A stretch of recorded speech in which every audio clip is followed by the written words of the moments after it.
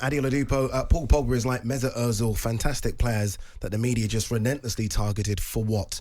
Because their defensive game isn't good. They're not defenders. Interesting. Another one here has come in. This is, I guess, putting an argument to that Lukaku debate. 28 goals in 66, says Danny. Which if you appropriate that, if you divide 28 by 66 and multiply by 38, you'll get 16 goals a season. That is not a £100 million striker. I know you're saying that, but as we've said before, in the Premier League, apart from, you look at Ronaldo's probably third. Is he the third highest scorer in the Premier League this season with 17, 18 goals? So it's not 100 million, like you say, but the norm is like 16, 17 goals, isn't it? There's not many people breaking 20 goals. It's not good enough, though. When you think of that 100 million number 9, you think of the Benzemas and the Lewandowskis and the Kanes, and you think in those guys are giving you 30 plus goals. Exactly. You do. 30 plus goals a season. All right, let's continue the Pogba conversation. Again, the Pogbamentary, a new Amazon Prime documentary about the life of Paul Pogba, is out today. There has been some debate about whether or not Manchester United offered him a contract. It's understood Man United made 2 offers, more than the 290,000 a week that he's already on. Pogba's on 290,000 a week. He said, this is Pogba, he said they're bluffing. He told his former agent Raiola, how can you tell a player you absolutely want him and offer him nothing? Never seen that. Should they have even offered him a new contract? Like I've said to you, I think he's a fantastic footballer. For United, or just a fantastic? When I say for France, fantastic footballer. But at the end of the day, your job, if you're signing a footballer and you know what you're signing in Pogba, as Simon said, and we've alluded to, why has he done well for France? Why has he done well for Juventus? Set it up for him to play well. If you're going to bring in a player, it's like De Jong. What's the point of Man United going to sign De Jong for next season when it's clearly not set up for him? The 2 guys they've got there at the moment, Fred and McTominay. Fred has probably done a little bit better, but they're not world class. That's not set up for them to go and challenge Man City or Liverpool for the title. So you've got to set it up properly for that player to succeed, and I don't believe Man United have done that. And then Ranchek coming in, I think it's destroyed so many players at United. It's done more bad than good for the club. Why do you think Ranchek destroyed more players at Manchester United? Why do you think that? I mean, these are the players who threw Ole Gunnar Solskjaer under the bus. I think he should have been thrown under the bus a long time ago, but they really threw him under the bus at the back end of that period of time. That dressing room with that group of players don't understand what it's like and what it should be like to play for Manchester United. So if anyone deserved to have their certain things about them destroyed, it's some of those Manchester United players. Oh no, listen, the players got to take responsibility, Simon. I've always said that. At the end of the day, when a football player, no matter what the manager is like, when a football player crosses the line, he has to go and get on and do his job. When we were at Sheffield Wednesday, to be honest with you, and I do like Trevor Francis, but when we were at Sheffield Wednesday, he took over, tried to be this authoritarian. Yeah, and it didn't work, and we lost the first. I think we lost something like 5 or 6 out of the first 10 games. We had a meeting. Viv Anderson and Danny Wilson called a meeting and said, "Listen, forget the manager. This is about us as players." We had a meeting. We sorted it out on the Saturday and went on a 17-game unbeaten run. So there is a point where players have to take responsibility and get on with it. But there is a culture. But Simon, the way that Ranchek wanted to play, and you haven't got the players to play that way, you're just opening it up. Look at Maguire. I don't think he's a £90 million defender, but he's not as bad as what he's been portrayed to be this season. And there's a lot of players there who've looked poor now, haven't they, Simon? No, I agree. But a lot of those players have also needed their attitudes adjusting. And I think he spoke to the truth about certain players. I don't think you can keep on finding excuses. I understand what you're saying, and obviously I employed Trevor as a manager. So I understand the idea that players can get together. But you can't have the lunatics running the asylum because it'll be a short-term fix. There needs to be a discipline, a culture, a respect. There needs to be authority in a football club, and fair authority, not just dictatorial authority. So in this instance, I think Ranchek came in. I thought he was going to be better than he was. I thought he was going to go through it like a knife through butter.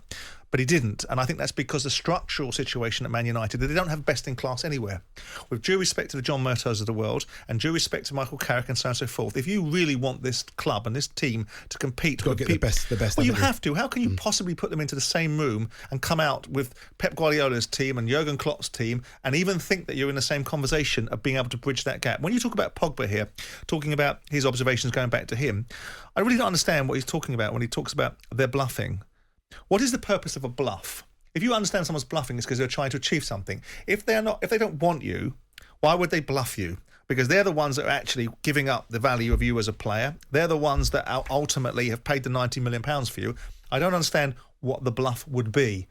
Sometimes players are so institutionalised in their little bubble about how important they think they are, the bigger picture evades them. Well, that comes down to their agents, doesn't it? Because their agents... Yes, it does indeed. Right. I mean, listen, Simon, I'm with you about agents. I mean, there's only one agent that I've ever got on with all the time I played in football, and that's Jonathan Barnett. He's the only one. Blimey, that surprisses me. No, he's the only one in... David Manassi I can have, Jonathan Barnett. No, well, David Manassi, I've got on all right with David Manassi as well, but Jonathan Barnett's got a little bit of integrity about him. But a lot of the...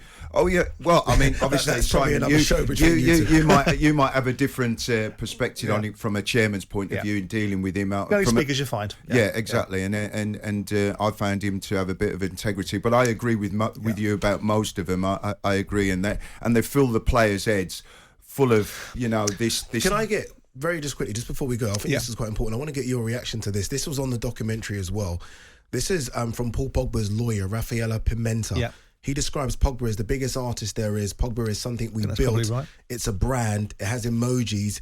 It has Pogmojis. It has cups.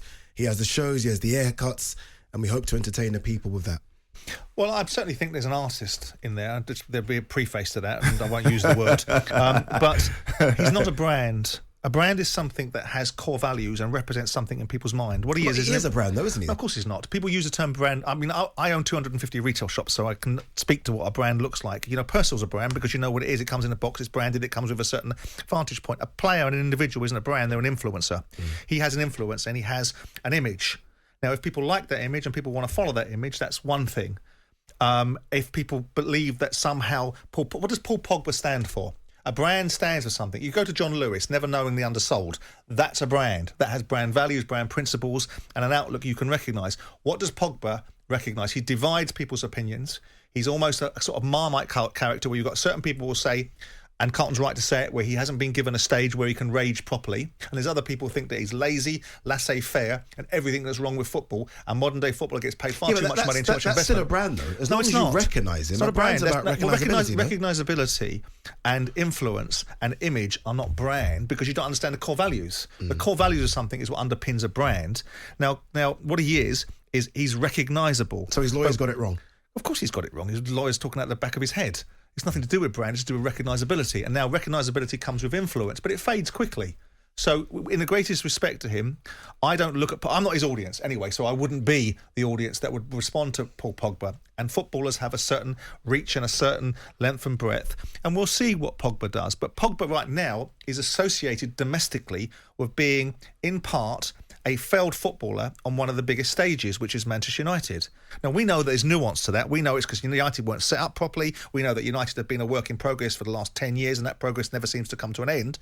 But that doesn't mean that Paul Pogba skates away from that, because he doesn't. He's scathed by it.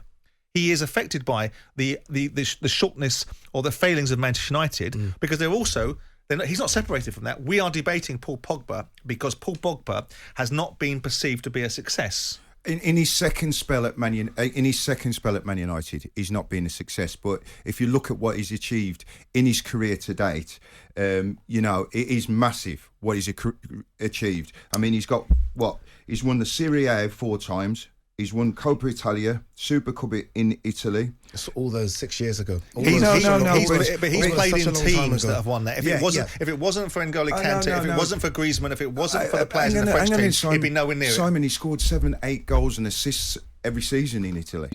Yeah, interesting. All right, guys, look, you're listening to talkSPORT. Adi Oladipo, Jim White, the voice there. In for Jim White, voice there, Carlton Palmer, and Simon Jordan. Jim White and Simon Jordan. Monday to Friday mornings from 10 on AM, on DAB, via the talkSPORT app and on your smart speaker. talkSPORT.